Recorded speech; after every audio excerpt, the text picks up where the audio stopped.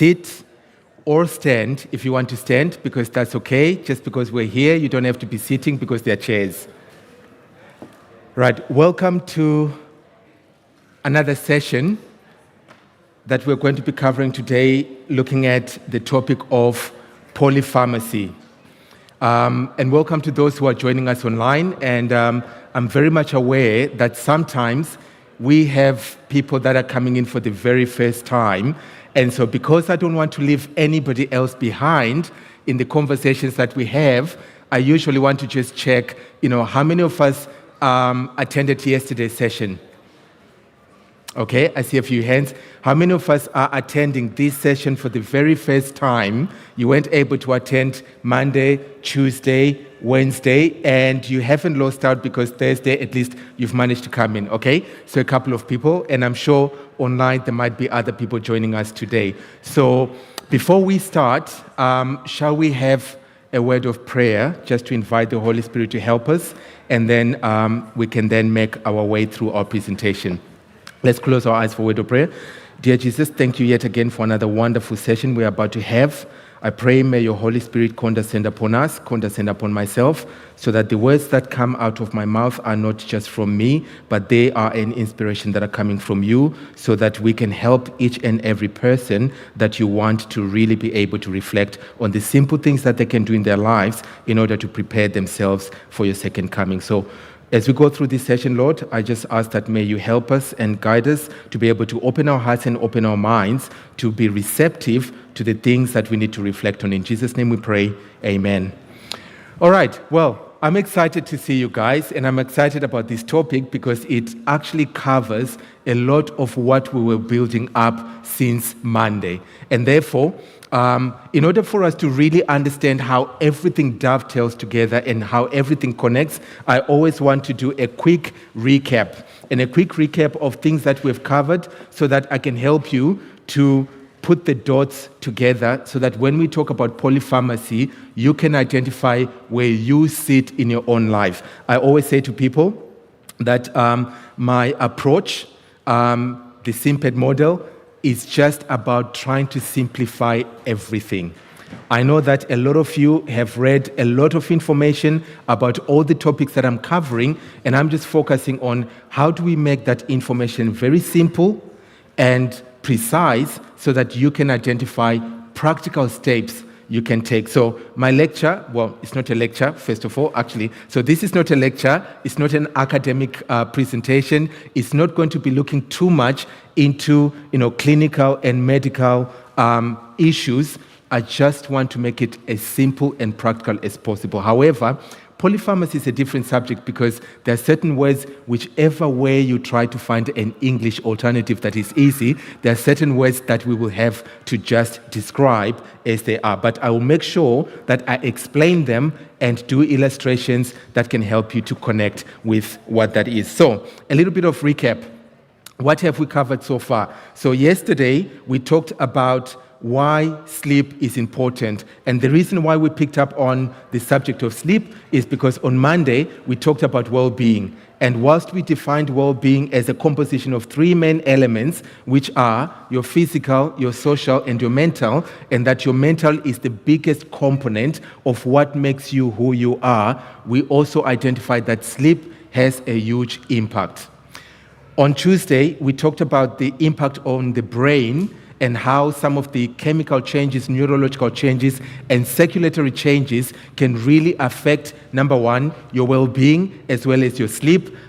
Yesterday, we actually used the opportunity to then expand a little bit more on brain health, on growth and development that happens when you sleep, on the physical restoration that occurs when you are sleeping or when you're supposed to be sleeping, and also the impact of sleep on metabolism. So I'm hoping that you were able to pick up one or two simple things that were helpful. And if you didn't, don't worry too much. Okay, I'm not going to do a test right now to find out who was listening and who wasn't listening. I will give you a little bit of, a synopsis of some of the things that we talked about. So we talked about sleep hygiene. And the first thing that we covered about sleep hygiene, which is a way for you to go and audit what currently happens in your day. We said that the first thing that you might want to think about is having your last meal at 6 p.m. All right, so put your hands up yesterday. Those who went and had dinner after 6. All right? No, don't put your hands up. You know who you are. All right? But that's something that you can try maybe after the camp meeting. How about that? Yeah? But 6 p.m., I know yesterday when I was walking around, a few of the people I was talking to, they were like, Simon, I need to go. I can't talk to you much. I need to go and eat. I said, what's the rush? He said, well, it's 5:45. When it hits 6 o'clock, I can't eat anymore. I was like, okay, so people are listening. So that's one thing that we know makes a big difference. And I explained that, your sleep pattern or the way you sleep is defined or characterized by 4 different levels. And some of those levels include having to shut down your digestive system. But when you wake your digestive system up because you're eating a little bit late, it means that your body cannot go into level 1, level 2 sleep effectively or for prolonged periods of time, which then has an impact on all the other things we talked about. We also identified that you need to hydrate yourself well during the day so that you don't start to drink after 6 p.m. Why? Because you will get up to the toilet, and then that's going to create overstimulation of your bladder, overstimulation of your sort of melatonin cells as well as your optic nerve, especially when you turn on the lights, and therefore you can't go back to sleep effectively. So we said if you hydrate yourself well during the day, that allows you to have an uninterrupted sleep cycle. And we also talked about medication, that if you're taking medication and you're taking medication later in the night, especially if you have to take the medication with water or with food, then perhaps have a conversation with your GP so that you can work in partnership. I'm not suggesting that you just go and say, Dr. Simon said, don't take anything after 6 o'clock, so you put your medication in your shelf. Consult with your GP, work in partnership, get some medical advice, and that can help you to actually reconfigure the prescription times and help you to have a better cycle in the night. We also talked about 2 hours of screen time before you go to bed. Why? Because blue light is one of the things that we know will overstimulate, again, your occipital lobe, and therefore, when your brain is trying to prepare for sleeping, it requires darkness. And therefore, if you're still, watching your Facebook, watching your social media, watching video clips, watching TV, that might be the reason why you're struggling to fall asleep. The other thing that we covered was the element of lux levels. And we say that in your room, just consider, should you have high lux levels? And this is where all your lights are on at the same time in the evening. Perhaps consider a lampshade. Perhaps consider to actually wind down better, sit in your bed with dimmed lights. And therefore, that allows your body to be able to start going into that night mode and start to prepare the night hormones, and one of them being melatonin. Light pollution is important because, again, if you wake up in the night and the TV has got that red light or the blue light or the green light, whatever your TV has, again, that creates pollution, which can overstimulate your brain and affect your ability to go back to sleep. Comfort, important, a comfortable position, but also a comfortable routine, or a routine that tells you that you don't need to stress about the things in the day. One of the other things I forgot to mention yesterday is the fact that if you're somebody who wakes up in the night and worries about the things that you haven't done, maybe have a diary that you maybe complete before you go to bed and try and think about the things you haven't done. Put them down and identify when you're going to do them. Because when you declutter your brain and you help your brain to process that information, then it allows your brain, instead of actually trying to process the day when you're trying to sleep, you've actually decongested all that information into, I know what I need to do, I know when I'm going to be able to do it, and therefore you can concentrate on relaxing without any pressure. For some people, especially if you've got children who are super hyperactive, you might want to consider again, yes, you've given them their dinner before 6. Yes, you haven't given them sugar and therefore expecting them to sit down and then fall asleep. What you might want to do is to create a comfort routine whereby you take them for a run. If you can't run with them, cycle whilst they run. If you can't cycle, then maybe skateboard. If you can't skateboard, maybe find a neighbor who can run them whilst you're, maybe sitting down and watching. If you have a dog, perfect time. Get them to take the dog for a walk, because that also helps to burn a little bit of extra energy and metabolize any adrenaline or cortisol that might have accumulated as the time and their circadian rhythm is changing as well. I think my screen is gone off again. All right, there we are. We talked about oral stimulation and how sometimes, and I've seen this in a lot of people, and once I've communicated with them around their, oral hygiene practices, they've found it helpful because then they don't overstimulate their, senses in their mouth, especially when they brush their teeth just before going to bed. So maybe consider brushing your teeth a little bit earlier. If you are using mouthwash, again, just look at your mouthwash and think, how acidic is it? And how many metals are in there? Because when you take things in your mouth, you will absorb some of those elements. And again, when you're trying to sleep, your body is trying to process, the overstimulation that has occurred. And that may cause dry mouth. And the dry mouth, again, can cause discomfort. So very little things, but they do make a huge difference in terms of your experience. The next thing we talked about was, when do you have a shower? Okay, I know everyone likes to have a shower in the morning and have a shower in the evening, or a bath in the evening. But if you have a bath or a shower much later, sometimes for some people, that can again delay the time at which your body resets its temperature to be able to then fall asleep quite easily. So just consider when that would be appropriate for you and see what would work. We talked about positioning. And especially your neck position. I used an example of myself whereby, my pillow has to be very thin. If I have a thick pillow, I can't sleep well.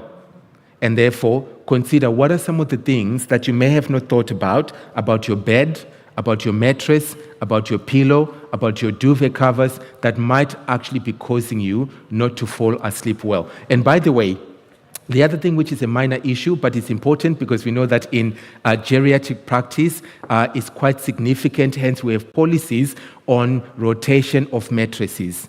Now, if you have a mattress that is 10 years old, what's likely to happen over time?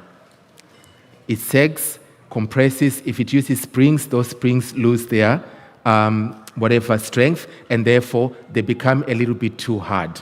And therefore your body shape is no longer in sync with how the mattress is meant to function. So again, there are some people who've changed mattresses and have benefited from a good sleep comfort just by doing that. In geriatric practice, as well as in care homes, what we do is we actually rotate mattresses over a period of time. Okay, so just think about your bed. I'm not saying go and spend money on buying new beds and mattresses, but just think about, is it one of the things that's causing you to be uncomfortable? And when you're sleeping, try and find again a position that is helpful. That means that you won't actually be fidgeting a lot. Now, the more you fidget, the more your body actually starts to stress, thinking that we're not going to sleep. This is going to be a terrible night. And that actually then starts to cause you not to sleep well. And the next night, you'll be expecting for the same thing to happen. And therefore, before you know it, your body is in a pattern where it thinks, well, we're not going to fall asleep quite easily until something happens. So that's where you see that fidgeting occurring quite a lot. So if you also have a sleep buddy, if your sleep buddy is fidgeting, then you also don't settle well in the night. Think about your room temperature. How warm, how cold? Because when we looked at the circadian rhythm, we identified that, your body temperature is at its highest and its peak at a certain time, and also at its lowest at a certain time. So if your room temperature is the opposite, then you will struggle to sleep, because your body, and especially your brainstem, is trying to regulate your body temperature by either, vasodilation, vasoconstriction and or trying to actually expel heat through, ventilating and hyperventilating. And again, either way, that then disrupts your sleep oscillations. We talked about the aspect of your alarm and noise pollution. Okay, so just be mindful. If you sleep with someone, how is your alarm set? Does it wake everybody else, in the room or not? Or does it wake everybody else in the house? Because sleep hygiene principles are not only beneficial to you, they're also beneficial to the whole family. Why? Because if the family is not sleeping well, then your day is going to be challenging as a family, and therefore your ability to concentrate on meaningful conversations that are positive, that are engaging, that are helpful is going to be limited, and therefore over time, you yourself won't sleep because now you're stressed about this tension that occurs in your own relationship. And finally, we say that, if you're in a situation whereby you need to change your sleeping position, maybe think about a holiday, a sleep holiday. Okay, and what that means is you're sleeping perhaps with someone who snores a lot. You've tried everything else to try and support and manage the snoring. If you're struggling, then sit down with your partner and have that conversation. Listen, maybe on these days when I know I need to concentrate on, I'm doing these presentations, I'm doing this travel and so forth, in order for you to function well, then you might need to have a time where maybe one night you go and sleep elsewhere. And I often say to people, that is not characteristic of a relationship breaking down. But soldiering on when both of you are struggling to sleep always leads to disaster, because sleep has a huge impact on your mental, social, and physical well-being. Now, having said that, how many of you had a good sleep last night? Okay, I see a few hands going up. How many of you, as a result of what we talked about yesterday, did something different? Okay, a few hands are going up. Is there anyone who would like to share what you did different as a result of what you heard yesterday? Maybe just a few hands, sir, if you don't mind. Yes. I didn't drink anything, so I didn't have to get up there. Okay, yep. So hydration, that actually helped you not to actually get up because your bladder is thinking, well, we need to go and actually empty whatever is in there, and that helped you to sleep well. Okay, good on you, and well done for picking up something that was relevant to your sleep cycle. You put your hand up? Okay, I actually haven't had sugar, and I'm drinking more water in the morning up to lunchtime. Okay. And it's helping me to be sleeping well at night. Okay, so reducing sugar and avoiding sugar and then drinking well during the day. Yes, correct. Sir? Okay. We ate earlier and drank more. Okay, yep, and you managed to have a good sleep. See, so I didn't actually charge any of you anything for the presentation that I did yesterday, but you can see that by just taking very simple, steps, you were able to make a big difference. So before you leave today, there's going to be a bucket which is going to be in the corner there. Make sure that you leave your contributions, especially those who put their hands up. I know who you are. All right, so if you haven't tried anything, please take some of this information, try and consider how do you apply it in your own life, and you will start to take small steps that will help you to regain your sleep pattern in a much easier way. So today, what are we going to talk about? Well, I want to challenge our attitudes around polypharmacy. That's the aim of the session today, just to challenge your attitudes towards polypharmacy. But I have to put a disclaimer. I'm not your pharmacist. I'm not your medical practitioner or your GP, and I'm not your consultant as well. So it means that whatever information I share with you from a research, academic, and educational perspective, you need to consult with your specialist to consider your own actual medical diagnosis and issues that you're experiencing, okay? I don't want you to just take the information and then run with it and make your own changes without consulting with the people that you need to based on the type of medication that they've prescribed for you. Is that okay? Are you in agreement? Yeah? Good. So it's great information, it's good information. Some of your practitioners may have not actually thought about it. And also, so when you go to them, please do not go and challenge them. Okay? The last thing you want to do is have a fight with your GP. All right? And so I would suggest that take the information, take some notes down, go and have a conversation with them and say, listen, I learned A, B, C, D, and I'm just wondering, how does it apply to some of the things that you've prescribed me? So I'm going to challenge you so that you can start to see where you can take that control around some of the things that you're taking in. Because I know for the most part of our population, people get prescribed things and they just trust the prescriber and they walk away and they do as they are told.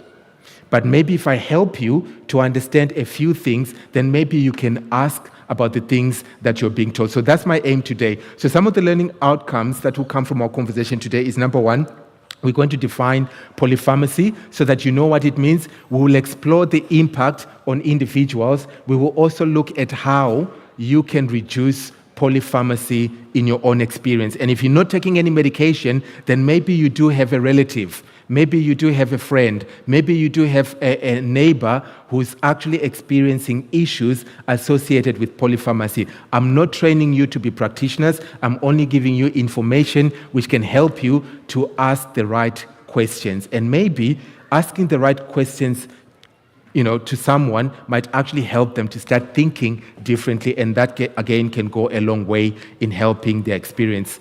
I'm going to help you to know where to start from. Because some of the information that we share, sometimes you think, oh gosh, where do I start from? There's so much things, but I'm going to help you to identify this is what you need to do. Why? Because the SIMPET model is designed to try and make education, research, and strategies very simple and practical. So what is polypharmacy?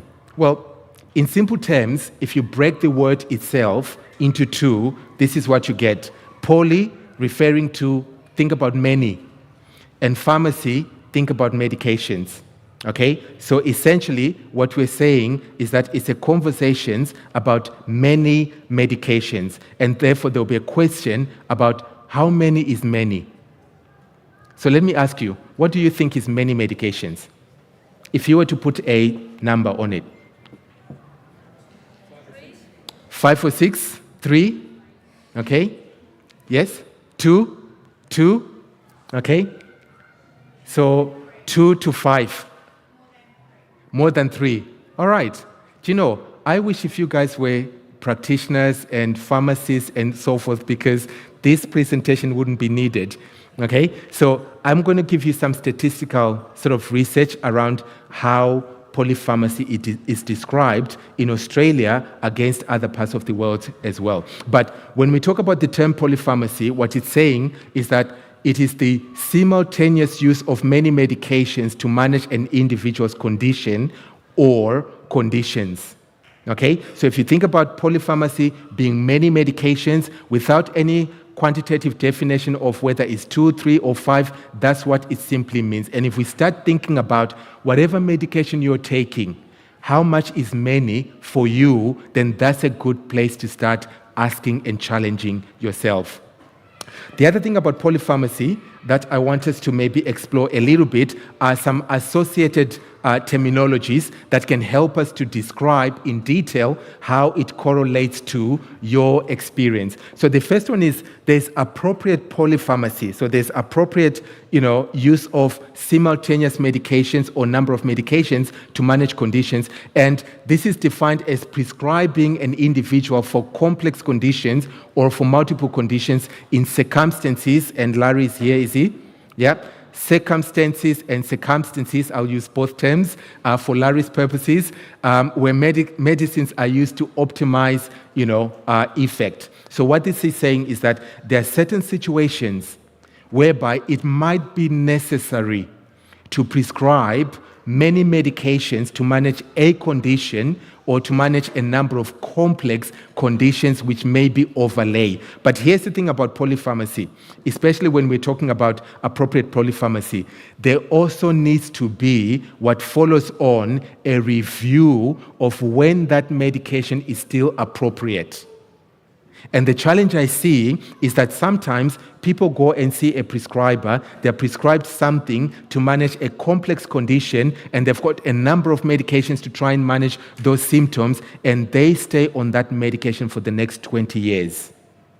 And they stay on the same dose for the same 20 years. Even up to when research has now been updated and changed, and it's now considered that for certain conditions, those medications are no longer considered as effective. But again, whilst sometimes appropriate polypharmacy is relevant, the question is, for how long is it relevant? So review of appropriate polypharmacy is one of the key starting points that perhaps you might need to consider if you feel that your medication is appropriate. The second term I want to highlight is problematic polypharmacy. And, as it says on the label, problematic. Okay? And what does it mean? Well, problematic polypharmacy is described when you have multiple medications which are inappropriate. All right? Why are they inappropriate? Well, they might be inappropriate because at some point they were appropriate. And now they're no longer appropriate, except that no one has looked into it. We are now busy trying to address the symptoms that are being caused by that medication that we actually forget about its initial prescription in the first place.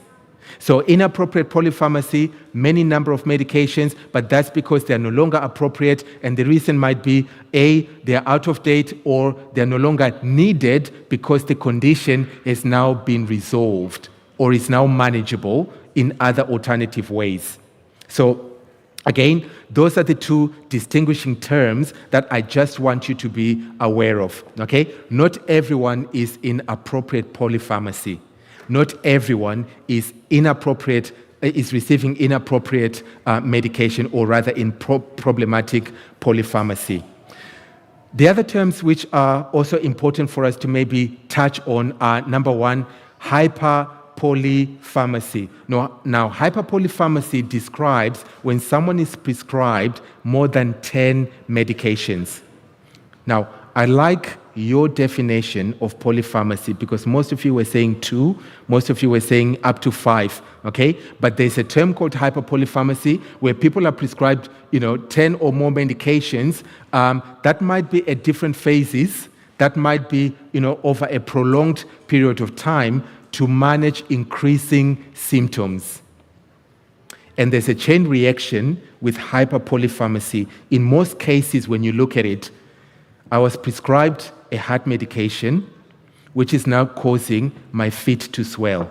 Now I'm prescribed something to manage my feet that are swelling, but it's also causing me to feel nauseated. Now I'm being prescribed something to manage my nausea, but it's also causing me to have dry mouth. Now I'm dehydrated and I've got a headache. Now I need a medication to manage my pain. And when I'm taking that medication to manage pain, it's causing me to be constipated. And because I'm constipated, I'm not taking enough calorific intake in the day, and therefore nutritionally, I think I need supplements. So now I'm on multivitamins.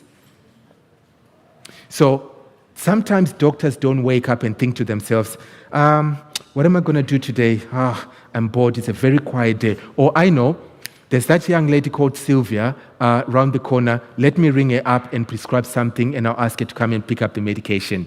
Half the time, we self-diagnose and we go to the GPs and we're saying, I'm not feeling well. I need this. I need that. And this is happening and that is happening, because sometimes we don't think about polypharmacy. Now, I'm not saying that GPs and prescribers will prescribe medication to just shut you up. Maybe some might do. I was talking to one GP who was saying, Simon, I'm getting like 50 phone calls a day from this particular person. They call me at 6 o'clock. The surgery opens at 9 o'clock.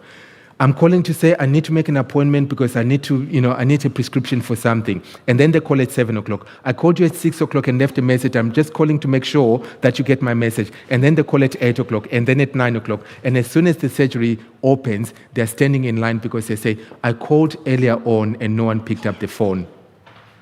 So sometimes, I think just understanding what the terminology means can help you to start questioning and checking where do you actually sit and are you in that scenario whereby you've got hyperpolypharmacy. There's also another term called oligopharmacy, and oligopharmacy is one that seeks to promote or that seeks to actually address polypharmacy, or rather avoid polypharmacy. And that one is a good term to use, but it's one term that you don't actually hear any prescribers talking about. And therefore, what I want us to think about is how do we have oligopharmacy conversations with our doctors or our prescriber, whereby we're sitting down together and looking at how do we seek to promote, the deliberate avoidance of many medications. If you are on many medications already, then you need to think about how do you de-prescribe, or how do you get those medications de-prescribed. And de-prescribing essentially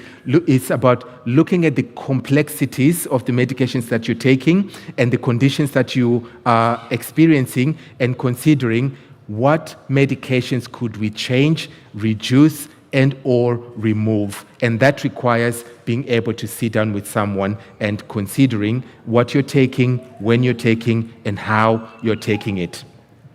The last term at the bottom is medicines optimization, and this is where you take a person-centered care approach. And that person-centered care approach is looking at safe and effective management and use of medication.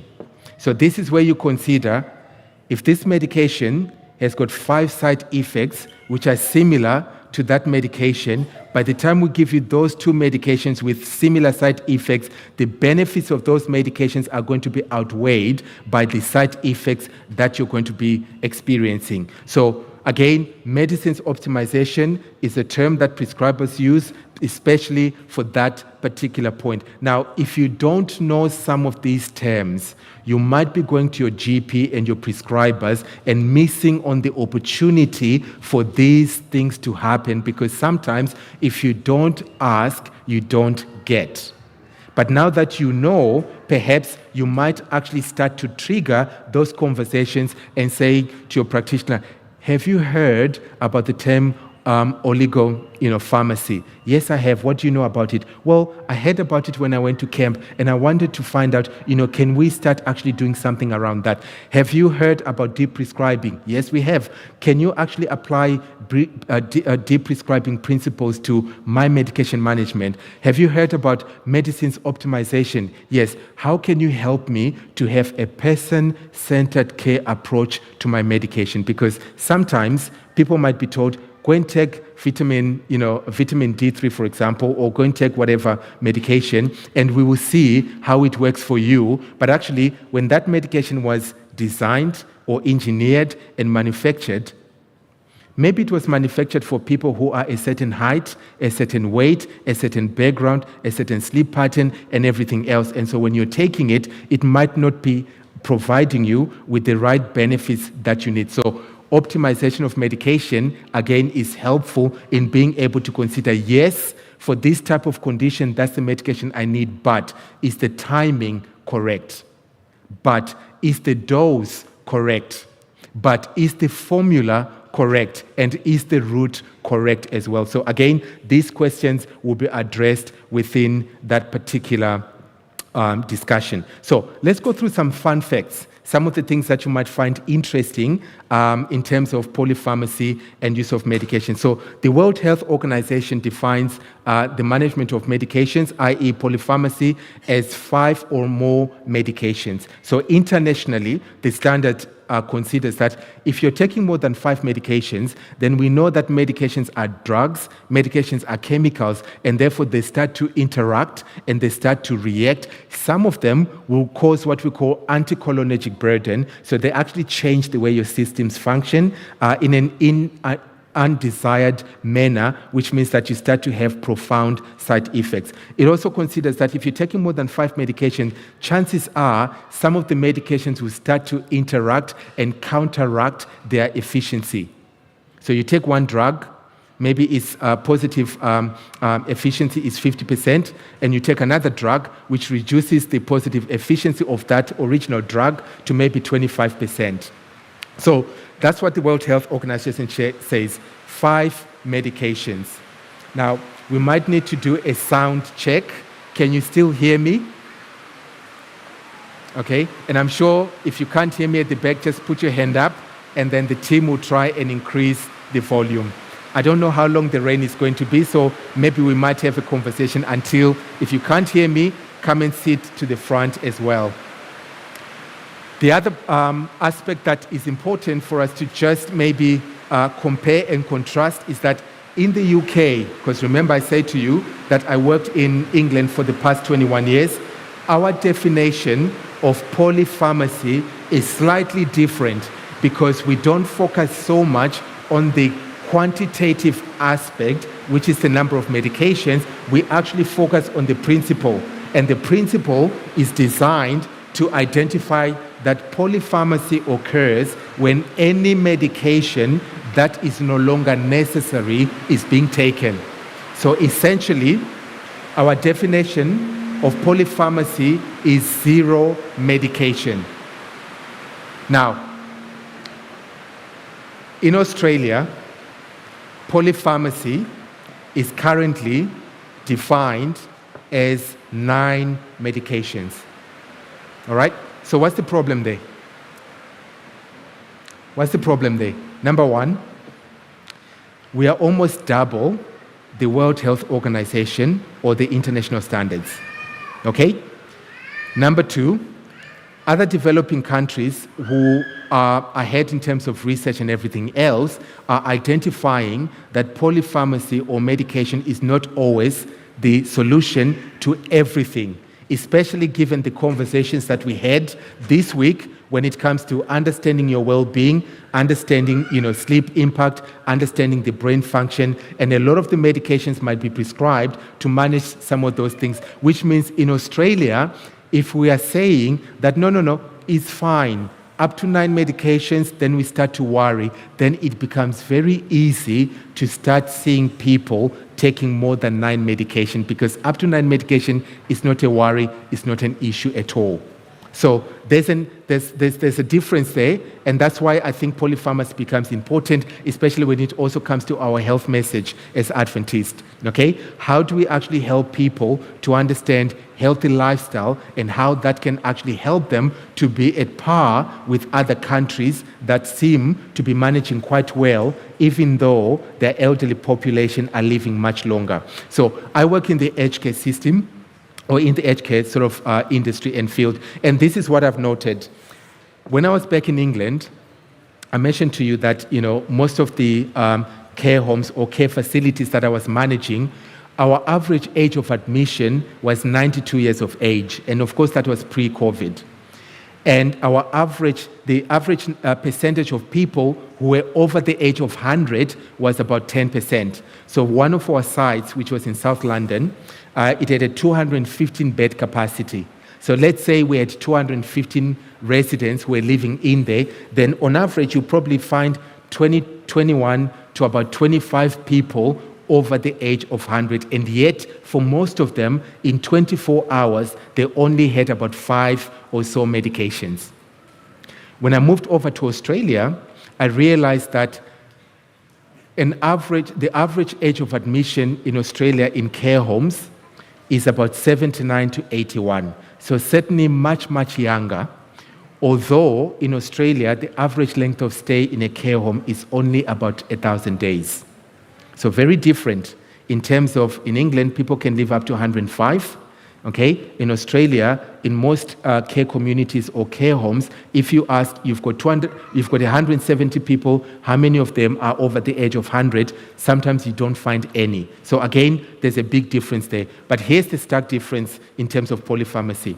The average Australian in a care home is likely prescribed between 15 to 25 medications in 24 hours. Any nurses in the room? Yeah. So it means in Australia, 80% of the nurses' time is spent administering medication, not delivering care at all. And the interesting thing is that in the UK, most of our medication administration is not done by nurses, it's actually done by carers, because it's not a nursing job, especially when people have less medications. But I've noticed that in Australia, 80% of time is, someone wakes up at 6 o'clock, here's your medication. Then you come back at 7 o'clock, here's your medication. Then you come back at 8 o'clock, here's your medication. Then you come back at 9 o'clock. And by the time you get to 10 o'clock, you need to be making sure that you've signed every medication. And before you finish signing, you're thinking, gosh, the next round is ready. I need to go and give them their medication, and so forth, to a point where, and this is very interesting, although it's a very sad scenario, to a point where, in order to fit in all those medications, some people on sleeping medications are actually woken up. Mr. Jones, can you wake up, please? I've got your sleeping medication. And then they're expected to sleep, and then you wonder why they're falling at night, no wonder why they're disturbing other people, no wonder why in the morning they don't have appetite, and therefore they're not eating well, they're losing weight, and that actually leads to pressure ulcers and all other clinical things that we start prescribing more medications to manage. Because when we don't consider polypharmacy and understand what it does to the body, then you start chasing symptoms, and actually that leads to the difference between why in other countries people live longer. And in other countries, if you're prescribed 15 to 25 medications in 24 hours, by the way, this is the number of medications prescribed. So any pharmacists in the room, I know there are few, yes? There's a difference between prescribed medications and administered medication. What is the difference? Prescribed means that you go to your GP and they say you need to take simvastatin, losartan, you need to take this, that, and the other, and these are your 5 prescribed medications. Sometimes those medications have to be taken twice a day, which means it's 5 medications prescribed and to be administered twice a day. When I was at school, I was terrible at maths. Okay, I'm good at so many other things, but terrible at maths. But I know there are some mathematicians in the room who are very smart. Larry said to me the other day, Simon, your slide said the calculation, the number of people who have this, that, and the other was this much. And when you look at the balances and the averages, they actually don't add up, quite well, and so forth. And I said, Larry, how did you see that? Because that slide was only there for an average, maybe less than a minute. Okay, so 5 medications multiplied by 2 is going to be 10. So if you're prescribed 25 medications and they have to be taken 4 times a day, how many medications are you going to be taking in 24 hours? What do you think the liver function level is going to be after a year? How about your kidneys? How about your circulatory system? Can you see where polypharmacy actually starts to make a difference in terms of how people become frail and frail over time? So understanding the side effects that they increase due to sensitivity increasing as the number of medication increases is absolutely important.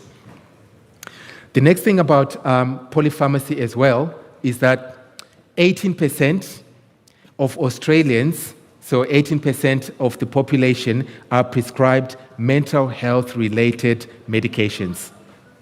18%, that's a big number, and we talked about well-being earlier on, and we described how sometimes the way you see your world changes how you feel. So if you change the way you see your world, then it also changes how you see and how you feel. So if your view of your world is positive, then your emotional response to your world will be positive. But sometimes we neglect to identify that first stage, and we jump straight into changing how we feel with medication.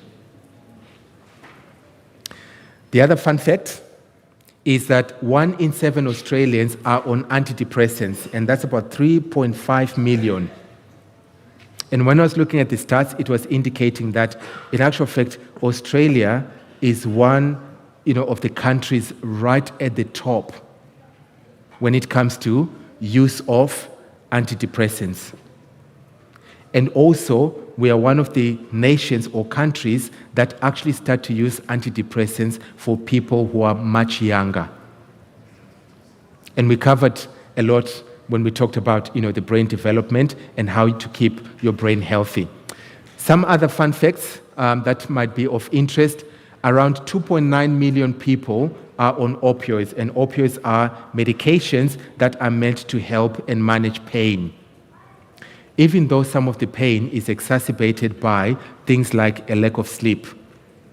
Even though some of the pain might be exacerbated by the fact that from a well-being perspective, you're not producing some of the natural hormones that can help with pain management. You're not producing oxytocin, you're not producing dopamine, you're not producing endorphins, and especially endorphins that are a natural pain relief. A similar number of those on opioids are likely to be taking laxatives. Why? Because of opioid-induced constipation. And some of the laxatives, the way they work is by drawing water out of your large intestines or small intestines, whichever way, and be able to make your stool very soft. So if you're not drinking enough, what's going to happen? You become even more dehydrated and therefore dry mouth, dry eyes, and that actually starts to change, especially when you're elderly. That might be the reason why you're falling. And if you're working in a care home, each fall that occurs, you spend about 530 minutes dealing with the fall. How do I know? Because we spent 6 months doing a study on it.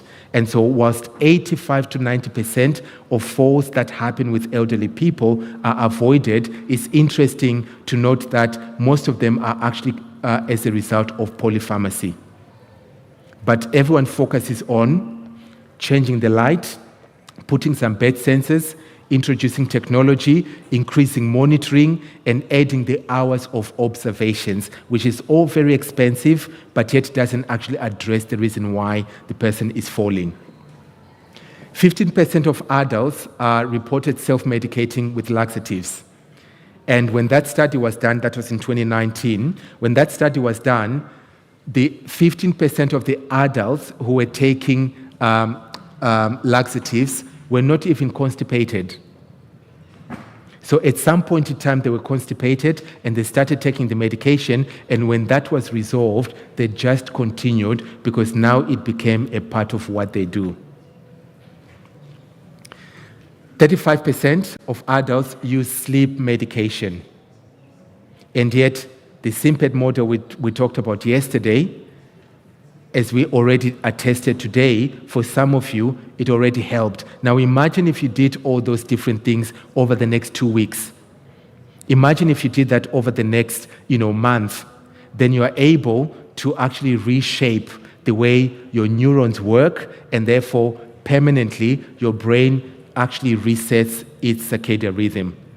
Instead of the easy option, which is sleep medication, especially if the sleep medication is actually taken during the day, because we talked about it yesterday. Sometimes you find people prescribed melatonin at 5 o'clock, 6 o'clock, 7 o'clock, and yet melatonin only works when it's dark.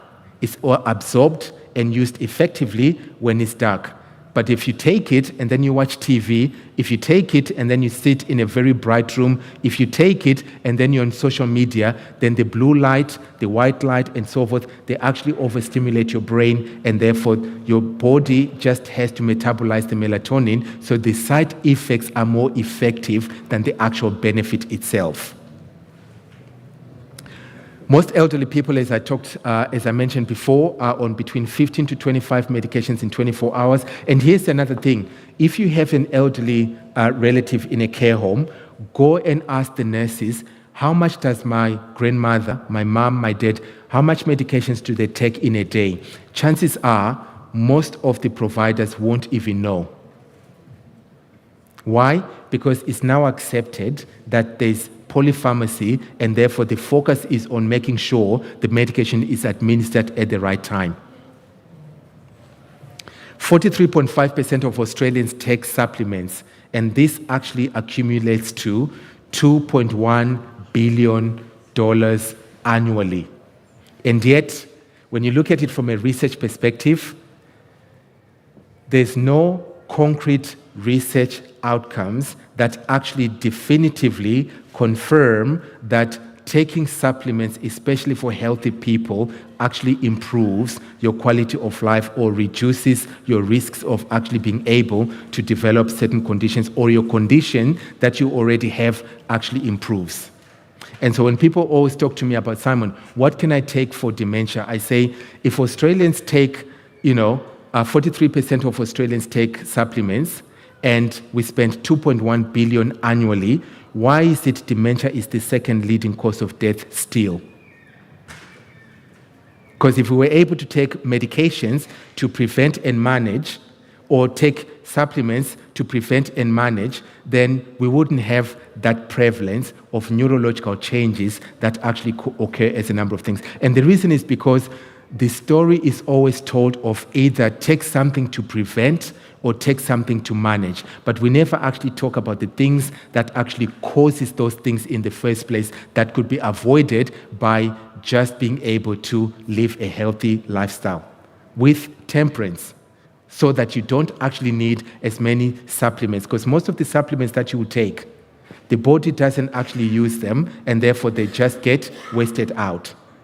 So it's not like your body is going to have a pouch somewhere where it says, right, you've taken enough multivitamins, so we'll keep some elements in a certain section so that when we need them, we will take them. When you look at the definition, clinical definition of malnutrition, it's interesting because it says it is the lack of or the oversupply of. So even multivitamins, when taken, especially when you're effectively healthy and there's no cause, then they're actually likely to cause side effects as well. No one actually talks about that. At the moment, the message is if you take these things, then you're going to be healthy because it's an easy and quick fix. So I thought I'd just highlight that one on there because, again, when you look at the context of what we take in 24 hours, it all adds up to your kidney and your body having to metabolize and process all those things that we take in. So when we talk about polypharmacy, how does it actually happen? Why is it an issue? Well, here's a very simple example of accumulated side effects. So let's say you take the first medication right at the bottom of the arrow, which gives you 50% benefits in terms of, let's say it's managing pain, and 15% side effects. Your body can cope with that. Okay? Your body can cope with that at that stage. But if you have another medication to manage other issues, which also has maybe the same side effects of up to 18%, then now you've got 18% plus 15% that your body now needs to cope with. And if you take another medication, and these are only 3 medications, and that one has got, yes, 70% benefits, but it's got 20% side effects. By the time your kidney has to actually process and filter all the things that actually accumulate in your system, you've got up to maybe 53% in total of accumulated side effects through those medications. So at some point, unless you sit down with your GP to consider medicine optimization, chances are the side effects now start to outweigh the total benefits for some of the medications that you started taking in the first place. So I thought I'd just illustrate that to you in a very simple step so that you can actually understand why I keep talking about it's important for us to consider the number of medications. Now, the other way that polypharmacy occurs is in this particular format. So, symptom management. And this is our lovely lady who's going to see a practitioner, and she's saying, look, and I'm going to read it for those who are probably sitting at the back. Well, the white pill lowers my blood pressure, but makes my legs swell. Okay? So it's got benefits, but it's also got side effects. Now, the yellow pill is responsible or is prescribed to lower the swelling that has been caused by the white pill, but, it causes the person to pee a lot. So now they're going to the toilet all the time. They don't want to go and play bingo. They don't want to go to participate in a party. And they're not socializing as well because they're always worried about, what if I can't find the toilet? What if the toilet is going to be too far? And so again, you start to see not only are the side effects on the body, but from a social and well-being perspective, things will start to change. Now, the blue pill stops them from peeing a lot, but it makes them feel a little bit confused. So they don't go to participate in certain things that require intellectual thinking and or memory. They don't want to go to town on their own to do shopping or anything. So now they depend on other people. Why? Because they get lost and they get confused about things. The tan pill improves, the memory a little bit, but it makes, their nose runny. And as the nose is running, the pink pill is prescribed to manage the nose running, but it makes the person sleepy. And now that they're sleepy, they've got an orange pill to manage the sleepiness, but that orange pill actually increases their blood pressure. And as the blood pressure increases, they've got a white pill that is meant to lower the blood pressure. Is this your story? Do you know someone who's got a story like that? It's interesting because there are sometimes when I do consultations, with people that are referred to me, and maybe the GP or geriatrician have been supporting this person, each one of them has prescribed medications individually, but they're being taken by the same person. So I look at the medication, I think, so this person, you're saying that they're falling a lot.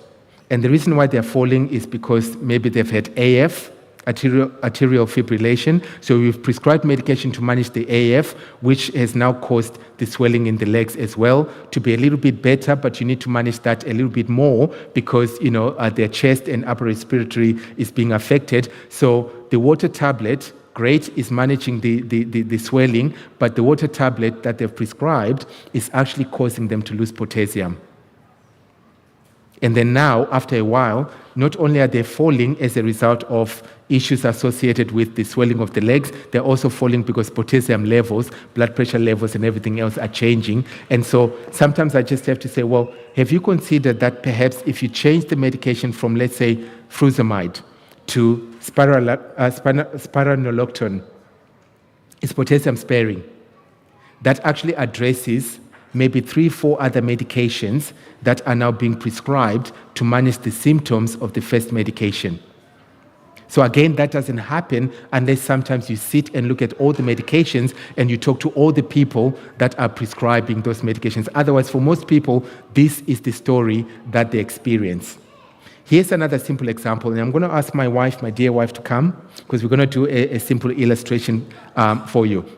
We talked about the importance of brain function and the importance of water in our system.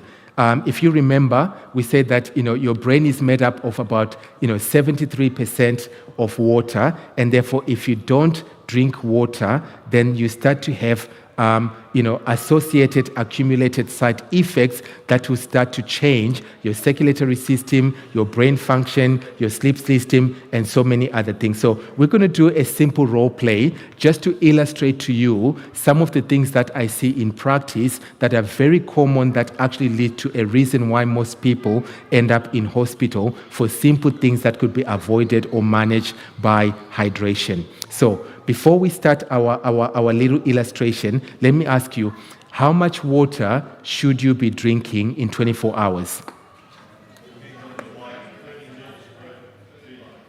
30 mils multiplied by your body weight. Absolutely correct. Okay? Now, I am a patient. Okay? And my wife is going to be doubling up. And this is Sylvia, by the way, my beautiful wife. In case you hadn't actually put the connection together. She's the wind behind my wings and my sweet honey pie and all those other things. So let me have this one. Thank you. So I'm the patient and she's doubling up. She's going to be the pharmacist. She's going to be the GP. She's going to be the prescriber. So the first thing is I'm not drinking enough water. Okay? So because I'm not drinking enough water, certain things are starting to change in my system, and therefore I go and consult. So I've got a problem, Dr. Pedzisi. My problem is that I feel giddy all the time, and when I try to stand up, I've got a little bit of vertigo, and that's causing me to fall all the time. And I think that maybe my blood pressure is low. So can I have something that can help me? Okay, thank you very much. And how many do I take? 1 twice a day. Okay, 1 twice a day. Okay, so I've got that one. And I need twice a day, so maybe I need more than that. Do you think? 1, 2, is that enough? You sure? Okay, all right. So I've been prescribed something. Now remember, the issue is I'm not drinking well. So I've been prescribed medication to try and manage my giddiness, to try and manage the fact that I've got maybe postural hypotension. And therefore, every time I stand up, I end up falling. So especially for elderly people, a lot of them actually fall in the morning when they try to get out of bed because of postural hypotension. But instead of actually considering water intake, usually people start by, let's manage your blood pressure. Now, as my blood pressure drops, my heart compensates for the low blood pressure. So you have what we call tachycardia. All right? So that's when your blood pressure increases. So my heart is not well. Okay? Can you please help me? Because I have all these things that are going on. I need something to manage my heart, and it's going really, really fast. So they've done the blood pressure and everything else, and I've been given some medication to try and, is this enough? Yeah, 1 Yes? 4 times a day. 1 4 times a day. Okay, there we are. Okay, perfect. All right, thank you very much. Now, blood pressure is dropped, heart rate has increased, and my body is trying to compensate for things, but filtration in my system changes, which means because I don't have enough water, what will happen is that my urea increases, a specific gravity increases, nitrates increases, and I have an infection. Okay? So I go back to the GP, listen, Dr. Pezisi, I'm not feeling very well. I've got pain, in my sides, and I don't know. It's not something I ate at all, and I'm not constipated, and my temperature is very high. So can I please have something for that? So that's 2 Okay. 4 times a day. Antibiotics. Oh, thank you very much. That's great. And then, and I started a course of antibiotics to manage my infection. But when you have an infection, your body works over time to try and manage the infection, so your temperature increases. So it's called pyrexia. All right? So now my temperature is very high, and I can't sleep at all because my circadian rhythm changes, so I need some medication. Please, doctor, can you please prescribe? My temperature is so high, and okay, so I've got Panadol to manage my temperature. That feels a little bit better, okay? But as I'm taking the Panadol also, is helping with the temperature, but I still have pain because an infection is painful, right? My pain is not manageable, and I can't really sleep. I can't even eat at all. I can't survive. This is not working. Thank you very much. That's better. That's good. All right. So I now feel better. My pain is managed, so I'm not drinking well, and therefore my blood pressure dropped, and my heart rate increased. As my heart rate increased and my blood pressure dropped, filtration changed, and therefore now I've got an infection as a result, and the infection causes high temperature. My temperature and my pain is being managed by medication, but at the same time, the medication I've been given also causes constipation. So now I go back to the doctor. Listen, I'm sitting on the toilet for hours, and this is not good because I can't go out and do anything at all. I'm late for church all the time, and okay, great, that's it. Good, thank you. Thank you very much. So now my constipation is being managed, all right? Now, because I'm constipated, it changes my gut function, peristalsis and everything else, and therefore now when you're constipated, you feel nauseated. Now I'm struggling with nausea. Oh, doctor, you won't believe it. This is not... I need some antiemetics. Yeah, thank you very much. And by the way, some of the antiemetics, there are different schedules of antiemetics. Some of the antiemetics actually work by blocking and reducing the production and absorption of serotonin and dopamine. What do those two do in terms of well-being? Stimulate the frontal lobe, help with thinking, planning, decision-making, which is the function of the frontal lobe, as well as mood and depression. Okay? But now, because I'm feeling nauseated, we're managing nausea with medications that stops and blocks some of those really good hormones. So now my nausea is managed quite well, but I've not been eating well. So I'm losing weight. So I go back to the GP. Look, my skin is becoming very, dense. I've got some skin breaks, and can you help me with? I need some supplements. Yes, I've got some vitamins. I've got some supplements that have been prescribed. Great. So I'm now on Ensure. Now, because I've got Ensure, I feel comfortable that I'm not going to become malnutrition because I've got a false impression of the supplements and multivitamins. But some of the supplements are very high in lactose. And what does lactose do? It can cause bloating and discomfort. So now I'm not sleeping well because of bloating and discomfort. And because I'm not sleeping well, I'm fidgeting at night, and therefore I need some sleep medication. Doctor, please help me out. That's it. Good. Would this be enough? Because you only gave me 2. Okay, a little bit more, maybe. Yes, there you are. Okay, so now I'm on melatonin to try and manage my sleep well. Okay, so taking melatonin to try and get your body to sleep when the reason why your body is not sleeping is something else is similar to driving on the motorway. And you see a truck in front of you, you're driving at 110 kilometers an hour, and there's a truck in front of you driving a little bit slower, and you need to slow your vehicle down. What's the best and safe way of slowing down your vehicle? Accelerator pedal, let off, and then you press on your brakes, gently and lightly. What if I think to myself, the engine is the one producing power that's driving the transmission, that's driving the rear wheels, and therefore if I turn off the engine, then that will reduce the speed. Would that be a sensible thing to do? No. Why? Because I'm going to lose power steering. I'm going to lose my brakes, and that's actually quite dangerous. So sometimes if the issue is associated with hydration, constipation, and all these other things I've mentioned, and yet that's causing sleep, and yet we go to sleep medication, we're trying to slow down our cars on the motorway by turning off the engine.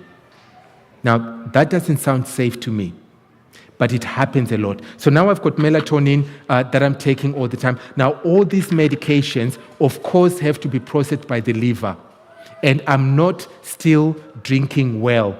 And as a result, chemical changes in the brain, chemical changes in my circulatory system, chemical changes in the liver, and so forth. And the side effects are starting to mount up. So I get to a point whereby I've got delirium. And what is delirium? Delirium is exacerbated confusion that is induced by a number of factors, but in most people who are over the age of 70, it's likely to be caused by polypharmacy.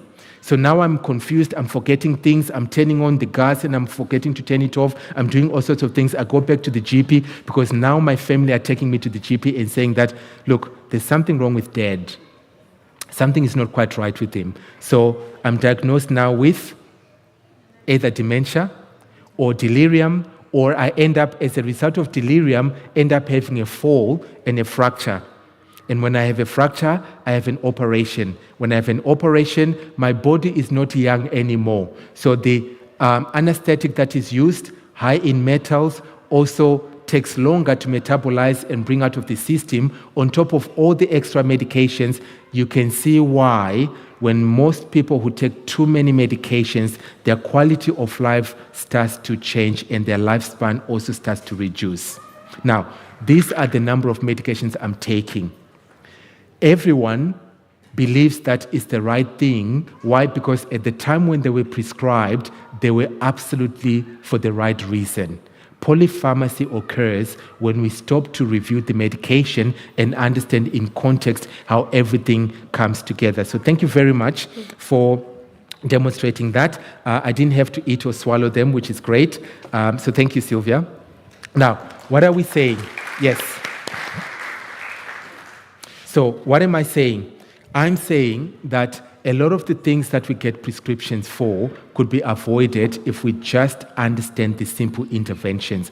Because most of the medications we take is going to affect our central nervous system. It's going to cause drowsiness, fatigue, inability to concentrate, restlessness, dizziness, confusion, agitation, headaches, fever, cognitive impairment, falls. And then we start to prescribe medications to manage that. Most of the medications that people take are going to cause dry mouth, thirst. So if you have dry mouth, you can't sleep. You're drinking, and therefore you start drinking even after 6 o'clock. And therefore you go to the toilet continuously because, again, of your urine and your bladder stimulation.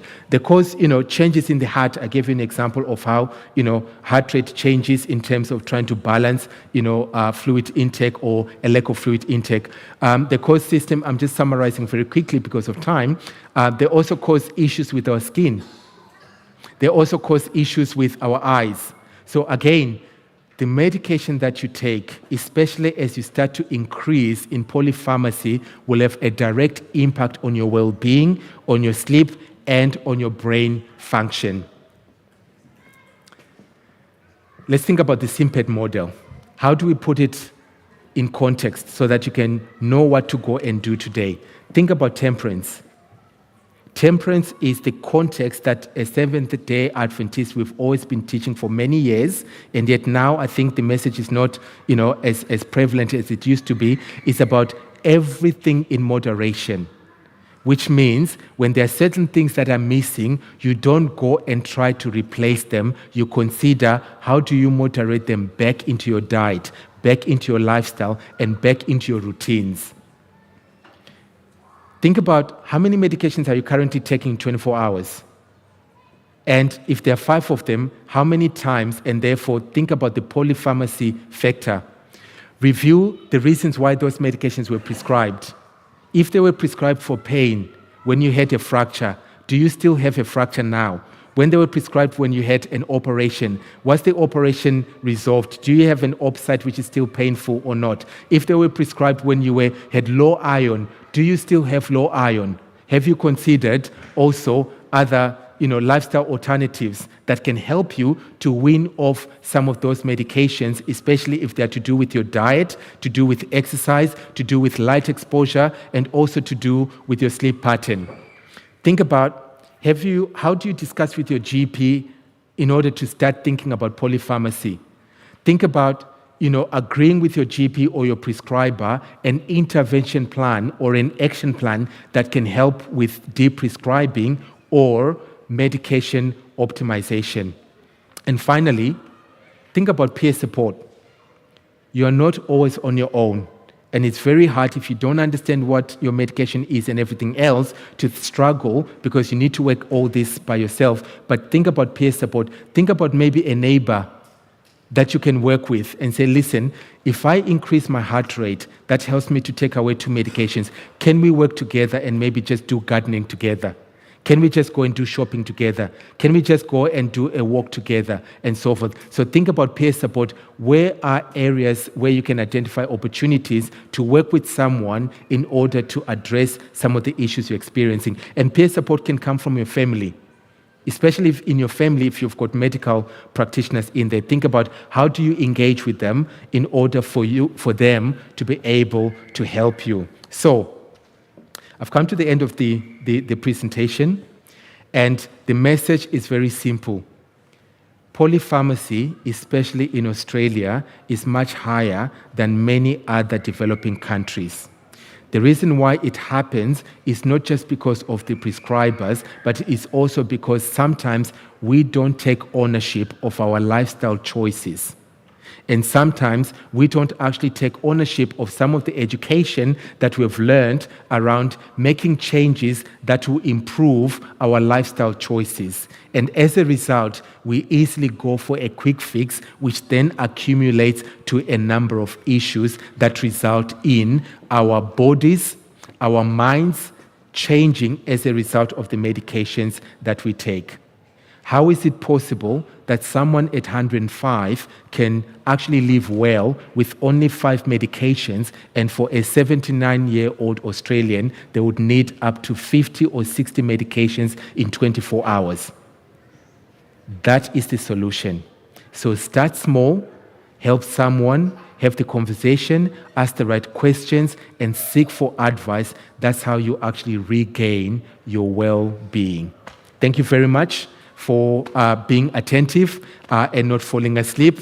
And I will see you tomorrow when we are going to be talking about dementia. So if you know someone who lives with dementia, if you are worried about dementia for yourself Or if you are in the personal ministries department and you've got a church or a population or a congregation that also experience the symptoms of dementia, then perhaps tomorrow you want to be here at 11 o'clock and I will see you then. All right? Thank you very much.